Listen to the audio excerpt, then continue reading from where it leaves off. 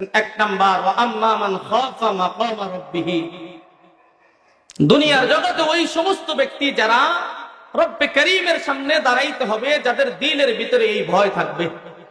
আল্লাহর সামনে দাঁড়াইতে হবে যাদের দিলের ভিতরে এই ভয় থাকবে।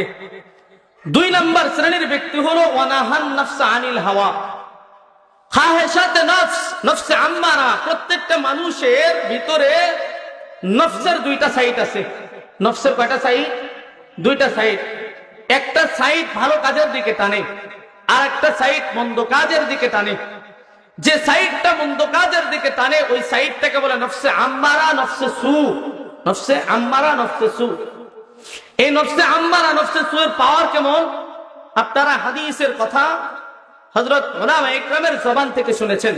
আল্লাহর পয়গম্বর নিজে ঘোষণা করেছেন, রমজান মাস আসলে খারাপ জিন্নাতদেরকে, জিন শয়তানদেরকে শিকল দিয়ে বাইধা রাখে। শুনছেন কিনা? সবাই শুনছেন না কথাটা? আচ্ছা, খারাপ জিন্নাতদেরকে, খারাপ শয়তানকে কি করে বাইধা রাখে শিকল দিয়া? রমজান মাসে কোন মানুষ তো আর গুনাহ করে না। জোর আওয়াজ করে বলেন, করে গুনাহ? তাহলে আপনাদের এলাকায় রমজান মাসে গুনাহ করে? সারা দুনিয়াতেই রমজান মাসে গুনাহ করে। গুনাহ কেমনে হয়? তাইলে শয়তান তো বাইধা রাখছে। গুনাহ কেমনে হয়? গুনাহটা কেমনে হয়? এই যে নফসে সু মানুষদেরকে গুনার দিকে নেয়। কোন দিকে নেয়? আর একটু সহজে বুঝাইলে বুঝবেন। এই যে নফসে আম্মারা, নফসে সুর পাওয়ার কেমন? যে নফসে সু, নফসে আম্মারা শয়তানকেও শয়তান বানাইছে। এই কথাটা কোনোদিন শুনছেন কিনা আমি জানি না। শয়তানকে শয়তান বানাইছে এই নফস। কেমনে বানাইছে বোঝেন? আল্লাহ তাআলা আল্লাহর পয়গম্বর হযরত আদমকে যখন বানাইলেন, আদম আলাইহিস সালামকে বানানোর পর আল্লাহ তাআলা কোরআনের মধ্যে সূরা বাকারার মধ্যে ঘোষণা করেছেন, ওয়াইদ কুল্লা লিল মালাইকাতি ইসজুদু লি আদম ফাসাজাদু ইল্লা ইবলিস আবা ওয়াস্তাকবারা ওয়া কানা মিনাল কাফিরিন।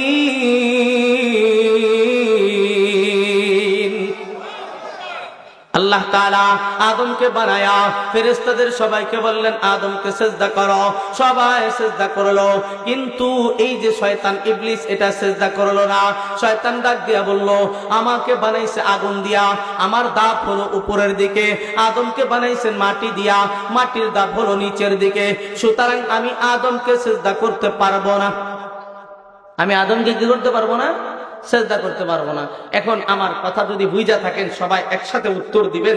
এই যে আদমকে সেজদা করতে পারবো না, এই সেজদা করা থেকে এই ইবলিসকে, শয়তানকে নিষেধ করলো কে? তখন কি শয়তান ছিল? সবাই বোঝেন নাই মনে হয়। তখন কি শয়তান ছিল? তো শয়তান তো ছিল না, তাহলে শয়তানদের নিষেধটা করলো কি? কে নিষেধ করছে বলেন? কে নিষেধ করছে? এই যে নফসে সু নিষেধ করছে, নফসে আম্মারা নিষেধ করছে, তুই আদমকে সেজদা করিস না, ওরে মাটিতে বানাইছে, তুই সেজদা করিস না। এই যে কিয়ামত পর্যন্ত মালউন হয়ে গেছে। কথা বলেন ঠিক কিনা? তাইলে এবার বুঝছেন তো নফসে সু এর পাওয়ার কেমন? বুঝছেন কিনা?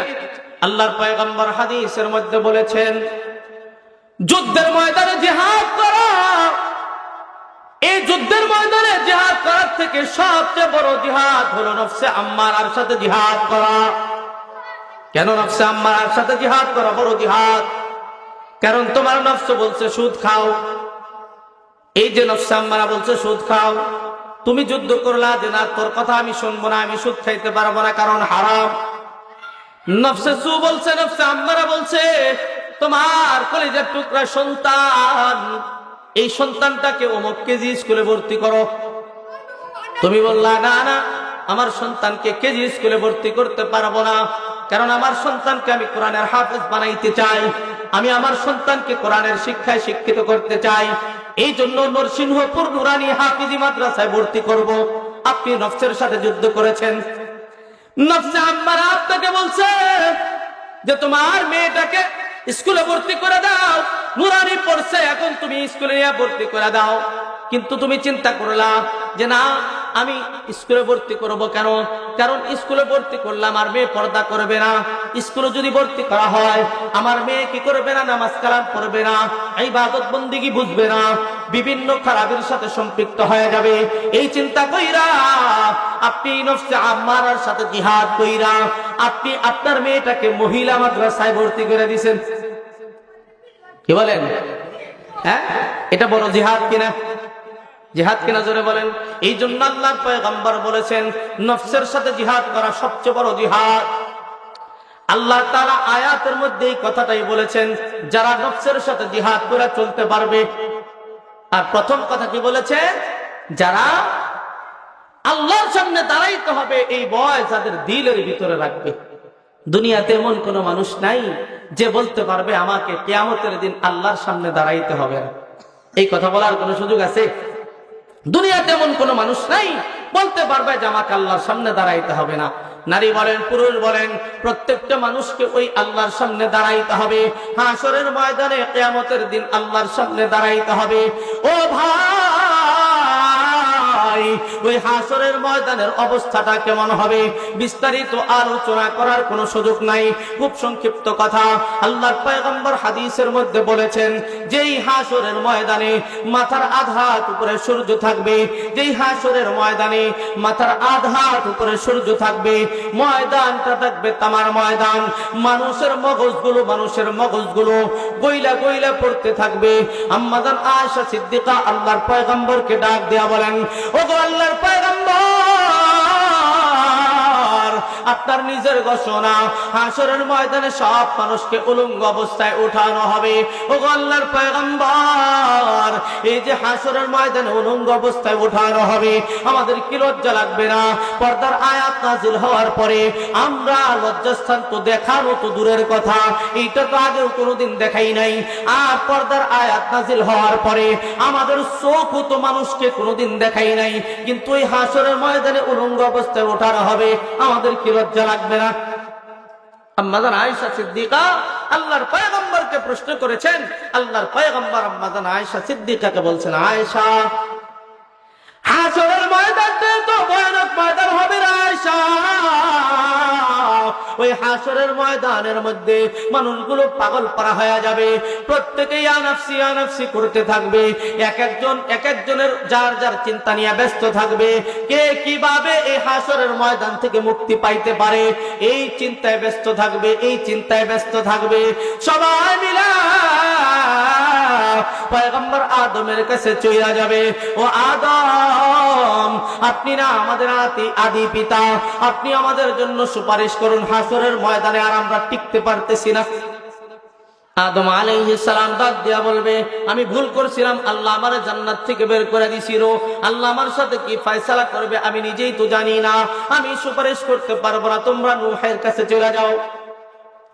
সবাই মিলে পয়গম্বর নূহের কাছে যাওয়ার পর পয়গম্বর নূহ বলবে, আমিও তো অপরাধী, আমার ছেলেকে আমি বলছিলাম নৌকার মধ্যে ওঠো, ছেলেকে বলছিলাম নৌকায় ওঠো, আমার ছেলের কপালে হেদায়েত ছিল না, এটা আমি চিন্তা না কইরা আমি আমার ছেলেকে বলছিলাম আমার কিস্তির মধ্যে ওঠো, আমার নৌকার মধ্যে ওঠো, আল্লাহ আমার সাথে কেমন ফয়সালা করবে আমি নিজেই তো জানি না। এবার পয়গম্বর মূসার কাছে আসবে, পয়গম্বর মূসাও বলবে আমি অপরাধী, তোমরা ইব্রাহিমের কাছে চলে যাও।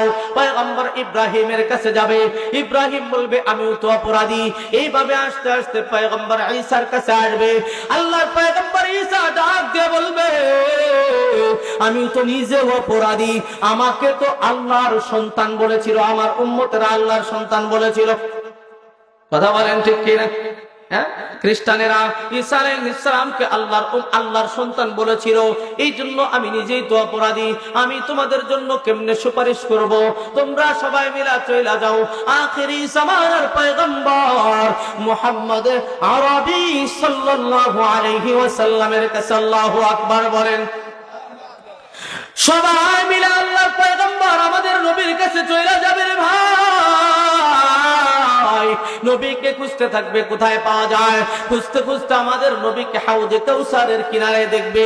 আল্লাহর পয়গম্বর সিজদারত অবস্থায় আছে, আল্লাহর পয়গম্বরের কাছে সবাই গিয়া আল্লাহর পয়গম্বরকে ডাক দিয়ে বলবে, ও মুহাম্মদ, ও পয়গম্বর, আপনি মাথা উঠান, আপনার উম্মতেরা হাজির হয়ে গেছে, সব নবীর উম্মতেরা হাজির হয়ে গেছে, আপনি সুপারিশ করে করে জান্নাতে নিয়ে যান। সুবহানাল্লাহ বলেন। বন্ধু মুসলমান, এই হাসরের ময়দানটা বড় ভয়ানক ময়দান হবে। এই ময়দানের মধ্যে আল্লাহ তাআলা মানুষদেরকে 4 ভাগে ভাগ করবে। কয় ভাগে? আমি বলছি, আমার কথা খেয়াল করে শুনবেন, আমি বাড়তি কোনো কথা বলবো না, যেহেতু সময় কম। আল্লাহ হাসরের ময়দানে মানুষদেরকে 4 ভাগে ভাগ করবে। কয় ভাগ? 4 ভাগে ভাগ করবে। 1 নাম্বার ভাগ, আল্লাহ বিনা হিসাবে জান্নাত দিয়ে দিবে। সুবহানাল্লাহ। যারা কোন নাই তারা বাড়িতে যাই করবেন। আবারও বলতেছি, 1 নাম্বার, আল্লাহ বিনা হিসাবে জান্নাত দিয়ে দিবে। বিনা হিসাবে জান্নাত পাবার আশা আছে নাকি? জোরে বলেন, আছে নাকি? কার কার আছে হাত উঠান। আল্লাহ আমাদের সবাইকে বিনা হিসাবে জান্নাতের মেহমান বানায় দিন। সকলে বলি আমিন। আল্লাহর নবী দোয়া শিখাইছেন, আল্লাহুম্মা গফির লানা ক্বাবলাল মাউত ওয়ারহামনা ইনদাল মাউত ওয়ালা তুআযিবনা বা'দাল মাউত ওয়ালা তুহাসিবনা ইয়াওমাল কিয়ামা। আল্লাহু আকবার বলেন। আল্লাহর নবী 4টা জিনিসের দোয়া শিখাইছেন রে ভাই। 1 নাম্বার, আল্লাহুম্মা মাগফির লানা ক্বাবলাল মাউত। আল্লাহ আমাদেরকে মরণের পূর্বেই মাফ করে দিয়েন, কারণ মরণের পরে মাফ চাওয়ার কোনো সুযোগ আছে? জোরে বলেন, আছে নাকি?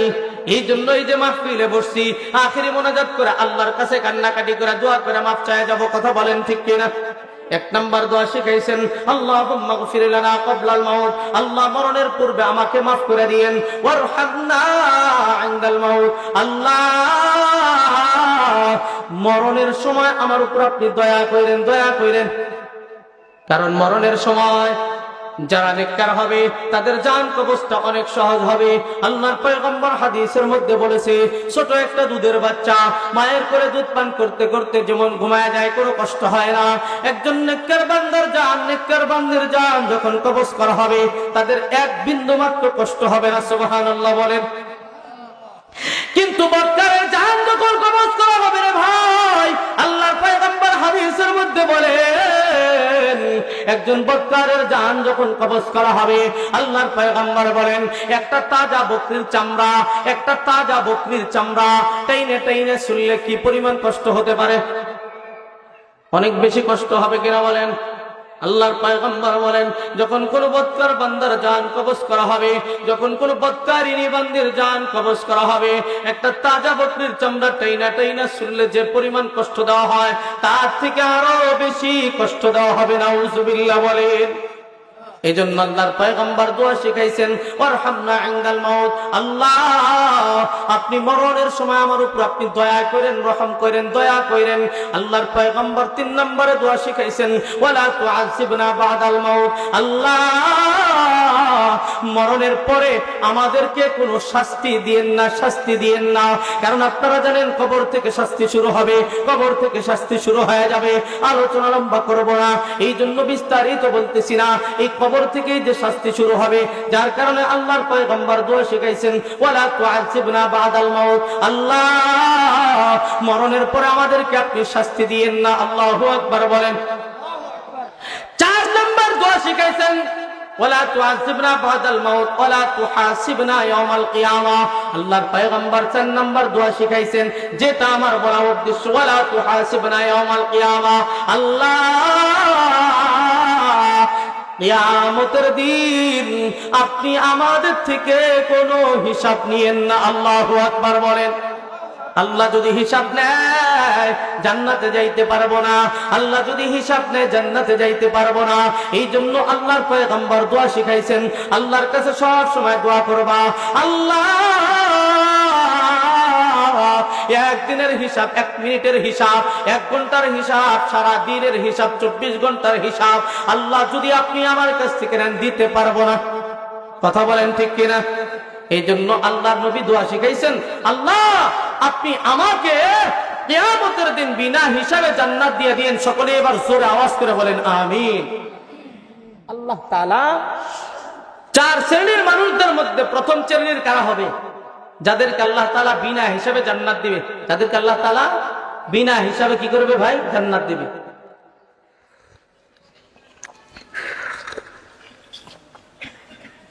দুই নাম্বার শ্রেণীর ব্যক্তি কারা হবে?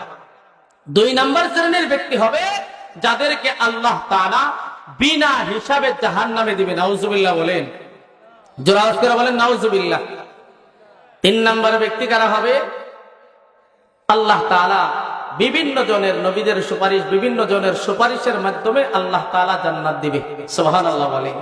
আসতেছি বিস্তারিত আলোচনা, এই 4টা বিষয়ের উপর আলোচনা করে আলোচনা শেষ করে দেব ইনশাআল্লাহ। তাহলে 3 নাম্বার কি বললাম? নবীদের সুপারিশ এবং বিভিন্ন জনের সুপারিশ পেয়ে জান্নাতে যাবে। কয় নাম্বার? 3 নাম্বার। 4 নাম্বার, আল্লাহ তাআলা আল্লাহর শাস্তি, জাহান্নামের শাস্তি দেওয়ার পরে আবে হায়াতের পানি দিয়া ধুইয়া চকচকা বানায়া আল্লাহ তাআলা জান্নাতে দিবে। আল্লাহু আকবার বলেন। 4 শ্রেণীর ব্যক্তি। 1 নাম্বার বিনা হিসাবে জান্নাতি। বিনা হিসাবে জান্নাতে কারা যাবে? আল্লাহ তাআলা বলেছেন বিনা হিসাবে কারা জান্নাতে যাবে। ফারিকুম ফিল জান্নাতি ওয়া ফারিকুম ফিস সাঈর। একদল লোককে আল্লাহ তাআলা জান্নাতে দিবে, আর একদল লোককে আল্লাহ তাআলা জাহান্নামে দিবে। জান্নাতে আল্লাহ কোন দল লোককে দিবে রে ভাই? ওই দল লোককে আল্লাহ তাআলা বিনা হিসাবে জান্নাতে দিবে, যেই দল লোকের আমলনামা ডান হাতে আসবে, আমলনামা ডান হাতে আসবে। আল্লাহর পয়গম্বর হাদিসের মধ্যে বলেছেন, যেই সমস্ত মানুষদের আমলনামা ডান হাতে আসবে, ওই সমস্ত মানুষেরা খুশিতে হাসতে হাসতে নাচতে নাচতে জান্নাতের মেহমান হয়ে যাবে। সুবহানাল্লাহ বলেন।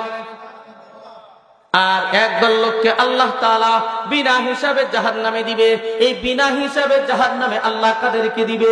ওই সমস্ত ব্যক্তিদেরকে বিনা হিসাবে জাহান্নামে দিবে যাদের আমলনামা বাম হাতে আসবে, আমলনামা বাম হাতে আসবে। আমলনামা যাদের বাম হাতে আসবে রে ভাই, আমলনামাটা আল্লাহ যাদেরকে বাম হাতে দিবে, বাম হাতে আমলনামাটা একদম সোজাসুজি ভাবে আল্লাহ দিবে না। এই বাম হাতটা আল্লাহ তাআলা পিছনের দিকে নিয়ে এই বাম হাতটাকে আল্লাহ তাআলা আটকায় দিবে, এবং ওই পিছনের দিকে হাতের ভিতরে, বাম হাতের ভিতরে আমলনামা দিবে। আমলনামাটা হাতের মধ্যে পাওয়ার পর সর্বপ্রথম আল্লাহকে ডাক দিয়ে বলবেন, আল্লাহ আমলনামা তো হাতের মধ্যে দিছেন, কিন্তু আমলনামা তো পড়তে পারতেছি না, কারণ পিছনের দিকে দেখা যায় নাকি? সবাই কথা বলেন না, দেখা যায় নাকি? আপনারা কি রাগ করতেছেন? কষ্ট পাইতেছেন? আর একটু আলোচনা করবো না শেষ করে দিব? করবো আর একটু? তাহলে একটু কথা বললেন, কথা বললে বুঝবো যে আপনারা আছেন আমার সাথে। বা পিছনের দিকে দেখা যায় না, পিছনের দিকে একটা বই নিয়ে, একটা লেখা নিয়ে যদি পড়তে দেওয়া হয়, অথবা পিছনে কেউ দাঁড়াইছে, সরাসরি আপনার পিছনে দাঁড়াইছে, আমি কে, যদি কণ্ঠ না চেনেন চিনতে পারবেন? দেখতে পারবেন? পিছনে তো আমলনামা দিবে, কিন্তু দেখতে তো পারবে না। আল্লাহকে বলবেন, আল্লাহ দেখতে পারতেছি না, আমলনামা তো দিছে, কিন্তু দেখতে পারতেছি না আমলনামার মধ্যে কি আছে। এবার আমার আল্লাহ কি করবেন? ফেরেশতাদেরকে ডাক দেয়া বলবেন, ও আমার ফেরেশতারা, আমার যে সমস্ত বান্দাদের, আমার যে সমস্ত বান্দীদের, শুধু এখানে আমরা পুরুষ যারা আছি তাদের না, মা বোনদেরকেও কথাটা মনোযোগ দিয়ে শ্রবণ করা দরকার, কারণ মা বোনদেরও তো আমলনামা বাম হাতে আসতে পারে। এই জন্য আল্লাহ তাআলা ফেরেশতাদেরকে ডাক দেয়া বলবেন, ও আমার ফেরেশতারা, আমার যে সমস্ত বান্দাদের, আমার যে সমস্ত বান্দীদের আমলনামা বাম হাতের মধ্যে দেওয়া হয়েছে, তাদের ঘাড় গুলা পিছনের দিকে মটকায়া দাও, মটকায়া দাও, ঘুরায়া দাও। নাউজুবিল্লাহ বলেন। হাত খুইলাই না, সামনে দিবে না, ঘাড় গুলা মটকায়া দেওয়া হবে। পিছনের দিকে যখন ঘাড়টা মটকায়া দেওয়া হবে, আমলনামাটা সামনে নিয়ে আসবে। সামনে নিয়ে আইসা এবার কি করবে? আল্লাহ সূরা কাহাফের মধ্যে আলোচনা করেছেন, আমলনামাটা হাতের মধ্যে নিয়া চোখের পানি ফলাবে, আর আল্লাহকে ডাক দিয়া বলবেন, মালি হাযাল কিতাব। যারা আজকে বলেন আল্লাহু আকবার। লা ইউগাদিরু সাগীরাতাও ওয়ালা কাবীরাতান ইল্লা আহসাহা ওয়া ওয়াজাদু মা আমিলু হাদিরা। আল্লাহকে ডাক দিয়া বলবেন, আল্লাহ মালি হাদাল কিতাব, এটা আবার কেমন কিতাব, লা ইউগাদিরু সাগীরাতাও ওয়ালা কাবীরা, এক বিন্দু মাত্র ছোট থেকে ছোট, এক বিন্দু মাত্র বড় থেকে বড়, ছোট আর বড় কোন গুনাহ করছি যে এইটা এখানে লেখা ছাড়া হয় নাই, মানে লিপিবদ্ধ করা হয়েছে। আল্লাহ সূরা জিলজালের মধ্যেও কিন্তু স্পষ্ট করেছেন, ফামান ইয়ামাল মিসকালা যাররাতিন খায়রান ইয়ারা ওয়া মান ইয়ামাল মিসকালা যাররাতিন শাররান ইয়ারা, এক বিন্দু মাত্র এক যাররা পরিমাণ নেক আমল করলে আমল নামার মধ্যে জমা হবে, এক যাররা পরিমাণ বদ আমল করলে আমল নামার মধ্যে জমা হবে। আল্লাহকে ডাক দিয়ে বলবেন, আল্লাহ মালি হাদাল কিতাব, এটা আবার কেমন কিতাব, লা ইউগাদিরু সাগীরাতাও ওয়ালা কাবীরা, ছোট থেকে ছোট গুনাহ ছাড়া হয় নাই, বড় থেকে বড় গুনাহ ছাড়া হয় নাই, ওয়াজাদু মা আমিলু হাদিরা, একবারে যা করছিলাম দুনিয়ার জগতে সব কিছুই আমলনামার মধ্যে লিপিবদ্ধ করা আছে। আল্লাহু আকবার বলেন। এই জন্য বন্ধু মুসলমান, আমলনামা যেন ডান হাতে আছে, আল্লাহর কাছে দোয়া করব আমলনামা যেন কোনোভাবে বাম হাতে না আসে। আমলনামা বাম হাতে যদি চলে আসে জাহান্নামী হয়ে যাব। এই জন্য আল্লাহর কাছে দোয়া করব, আল্লাহ আমলনামা ডান হাতে দিয়ে দিয়েন। আমলনামা ডান হাতে পাওয়ার সবচেয়ে বড় মাধ্যম হলো 5 ওয়াক্ত নামাজ আদায় করা। আল্লাহর পয়গম্বর 5 ওয়াক্ত নামাজের 5টা ফজিলত বর্ণনা করছে। আমি 5টা আজকে আলোচনা করব না, সময় লাগবে। শুধুমাত্র একটা বলি, আল্লাহ আমলনামা ডান হাতে দিয়ে দিবে। সর্বশেষ আল্লাহ ফুলসিরাতের রাস্তা বৃদ্ধির আকারে পার করে দিবে। সর্বশেষ আল্লাহ বিনা হিসাবে জান্নাত দিয়ে দিবে। সুবহানাল্লাহ। এই জন্য আমলনামা যদি ডান হাতে পাইতে চাও, শুধু দোয়া করলেই চলবে না ও মা বোনেরা, শুধু দোয়া করলেই চলবে না। অনেক নফল নামাজ পড়েন, অনেক নফল রোজা রাখেন, কিন্তু 5 ওয়াক্ত নামাজ সঠিকভাবে আদায় করেন না, পর্দা করেন না, কোরআনুল কারীমের তেলাওয়াত করেন না, কোরআনুল কারীমের তেলাওয়াত শিখেন নাই, আমলনামা ডান হাতে পাবার জন্য দোয়া করেন, কোনো লাভ নাই। কথা বলেন ঠিক কিনা? এই জন্য আপনাদের অনুরোধ করে বলতে চাই, যে কাজগুলো করলে আমলনামা ডান হাতে আসবে ওই কাজগুলো করার চেষ্টা করব। এই যে মাদ্রাসার মাহফিল, এই যে মাদ্রাসা, এই মাদ্রাসার সাথে যদি ভালো সম্পর্ক রাখতে পারি, এই মাদ্রাসার ওস্তাদদের সাথে যদি ভালো সম্পর্ক রাখতে পারি, মাদ্রাসার ছাত্রদের সাথে যদি ভালো সম্পর্ক রাখতে পারি, মাদ্রাসার বিভিন্ন রকমের খরচের মধ্যে যদি আমি একটু অংশগ্রহণ করতে পারি, আল্লাহ আমাদের উপর খুশি হয়ে আমলনামা ডান হাতে দিয়ে দিবে। কথা বলেন ঠিক কিনা? জোরে বলেন ঠিক কিনা? এই জন্য মাদ্রাসার সাথে সম্পর্ক রাখবো তো ইনশাআল্লাহ। আর একটু পরে আসতেছি, সম্পর্ক রাখার দরকার আছে না নাই একটু পরে বুঝাইতেছি। তাইলে কি বললাম, আমলনামা ডান হাতে যেন আসে এই দোয়া সব সময় আল্লাহর কাছে করব, এবং যে আমলগুলো করলে আমলনামা ডান হাতে আসে ওই আমলগুলো করার চেষ্টা করব। পারবো তো ইনশাআল্লাহ? 3 নাম্বার বলছিলাম, 3 নাম্বার শ্রেণীর ব্যক্তি কারা? যারা বিভিন্ন রকমের বিভিন্ন জনের সুপারিশ পায় জান্নাতে যাবে। সুবহানাল্লাহ বলেন। 1 নাম্বার, নবীদেরকে আল্লাহ তাআলা সুপারিশ করার অনুমতি দিবে। আল্লাহু আকবার বলেন। আমাদের নবীকে আল্লাহ তাআলা সুপারিশ করার অনুমতি দিবে রে ভাই। আমাদের নবীর সুপারিশ ছাড়া আমরা জান্নাতে যাইতে পারবো না। যাদের জন্য সুপারিশের দরকার হবে, আমাদের নবীও কিন্তু উম্মতের জন্য সুপারিশ করবে। কিন্তু কাদের জন্য সুপারিশ করবে? কাদের জন্য সুপারিশ করবে? যে নবীর সুন্নতের দ্বার ধারে না, যে নবীর সুন্নতের চিন্তা মাথার মধ্যে রাখে না, যে নবীর সুন্নতের চিন্তা ফিকির মাথার মধ্যে না রাখা, নবীর সুন্নতকে ভাইলট কইরা দুনিয়ার জগতে নিজের মন মতো জীবন যাপন করে, তাদের জন্য কি নবী সুপারিশ করবে? तो जाओ सुन्नते अहमद कुजा, तू जाओ सुन्नते अहमद कुजा, बा मुहम्मद कई बावद निस्बत तुरा, बा मुहम्मद कई बावद निस्बत तुरा। নবী বলেছেন তুমি কোথায় আর নবীর সুন্নাত কোথায়? মুহাম্মাদের সাথে, মুহাম্মাদুর রাসূলুল্লাহ সাল্লাল্লাহু আলাইহি ওয়াসাল্লামের সাথে তোমার সম্পর্ক কোথায়? নবীর সাথে সম্পর্ক নাই, নবীর ভালোবাসা নাই। নবীর ভালোবাসা নিয়ে আলোচনা, ওইদিকে যাব না, বলছি একটা বিষয়ের উপর আলোচনা করব। নবীর সাথে ভালোবাসা নাই, নবীর সুন্নতের আমল নাই, নবীর সুন্নতের নমুনা তোমার ঘড়ির ভিতরে নাই, নবীর সুন্নতের নমুনা মতো তোমার জীবনকে পরিচালনা করো না, নবীর সুন্নতের পোশাক তোমার ঘড়িতে লাগাইতে পারো নাই, অথচ তুমি আশা করতেছো নবী আমার জন্য সুপারিশ করবে। তুমি কপাল পোড়া উম্মত, কথা বলেন ঠিক কিনা? এই জন্য নবী সুপারিশ করবে, যেভাবে চললে সেইভাবে চলার চেষ্টা করতে হবে। 1 নাম্বার নবীরা সুপারিশ করবে। 2 নাম্বার হাফেজে কোরআন। এবার আসেন 2 নাম্বার হাফেজে কোরআন। হাফেজে কোরআন আল্লাহর দরবারে কিয়ামতের দিন আমি আপনার জন্য সুপারিশ করবে। আল্লাহু আকবার বলে। এই হেফজখানা মাদ্রাসা কিনে এটা বলেন, এই যে হাফেজ সাহেবরা পদবি নিল, এই হাফেজে কোরআনেরা কিয়ামতের দিন আল্লাহর দরবারে সুপারিশ করবে। আল্লাহর পয়গম্বর হাদিসের মধ্যে বলেছেন, একজন হাফেজ কমপক্ষে 10 জন। কয়জন? আল্লাহর পয়গম্বর বলেছেন কমপক্ষে কয়জন? 10 জন।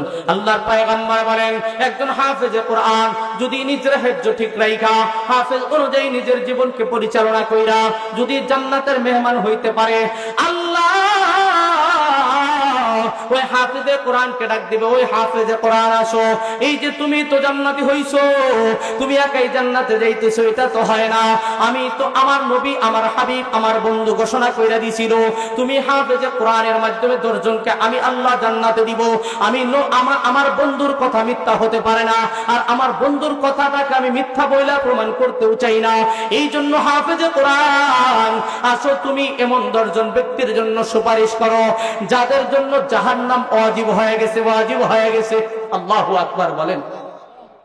এবার হাফেজে কোরআন মা বাবার জন্য সুপারিশ করবে কি করবে না? জোরে বলেন, জোরে আওয়াজ করে বলেন, করবে না? করবে কিনা? সেই জন্য যে সমস্ত মা বাবারা হাফেজে কোরআনের মা হইছে, যে সমস্ত মা বাবারা হাফেজে কোরআনের বাবা হইছে, তাদের কপাল বড় ভালো। যারা সন্তানকে হেফজখানায় পড়াইতেছে, হাফেজ বানানোর নিয়ত করেছে, তাদের কপাল বড় ভালো। যাদের সন্তানটাকে মাদ্রাসায় দিছে নুরানি পড়ানোর জন্য, এরপরে হেফজখানায় পড়াবে, হাফেজ বানাবে, আলেম বানাবে, তাদের কপাল অনেক বড় ভালো। কারণ তাদের জন্য ওই হাফেজে কোরআন কিয়ামতের দিন আল্লাহর দরবারে সুপারিশ করবে। কথা বলেন ঠিক কিনা? এই যে মা বাবার জন্য সুপারিশ করবে, শুধু মা বাবার জন্য সুপারিশ করবে তারা। মা বাবা তো 10 জন না, মা বাবা তো 1 জন, মা 1 জন, বাবা 1 জন, 2 জন। আর আপনজনদের মধ্যে থেকে যাদের সুপারিশ করার দরকার হবে, মনে করবে সুপারিশ করবে, আল্লাহ অনুমতি দিয়া দিবে। শুধু তাই নয়, আপনজনদের পাশাপাশি এমনও হয়ে যাইতে পারে, আপনি একটা বাচ্চাকে বাড়িতে খাবার খাওয়াইছিলেন, লজিং রাখছিলেন, আপনি একটা বাচ্চার খরচ বহন করেছেন।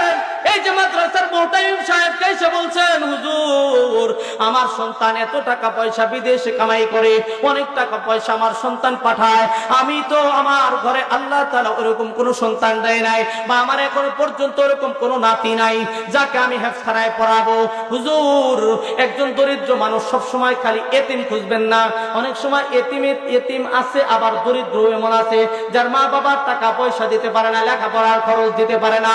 আপনি এসে মোহতামিম সাহেবকে ডাক দিয়ে বলছেন, হুজুর, পরিচালক সাহেবকে এসে বলছেন, হুজুর একটা বাচ্চা আমার জন্য নির্ধারণ করে দেন, যার প্রতি মাসে যা খরচ হয় আমি এটার খরচ বহন করব, মাসে মাসে আপনার কাছে এসে টাকাটা দিয়ে যাব। জোরে বলেন পারে কিনা? জোরে বলেন পারে কিনা? লজিক রাখছেন অথবা হাফেজে কোরআনকে হেফজ করার জন্য আপনি সহযোগিতা করছেন, হাফেজ হওয়ার শুরু থেকে নিয়ে শেষ পর্যন্ত আপনি সহযোগিতা করে গেছেন, প্রত্যেক মাসে এই বাচ্চাটার পিছনে যত খরচ হয় খরচটা বহন করে গেছেন।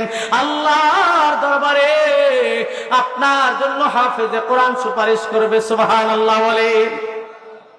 দরকার আছে না নাই? জোরে বলেন।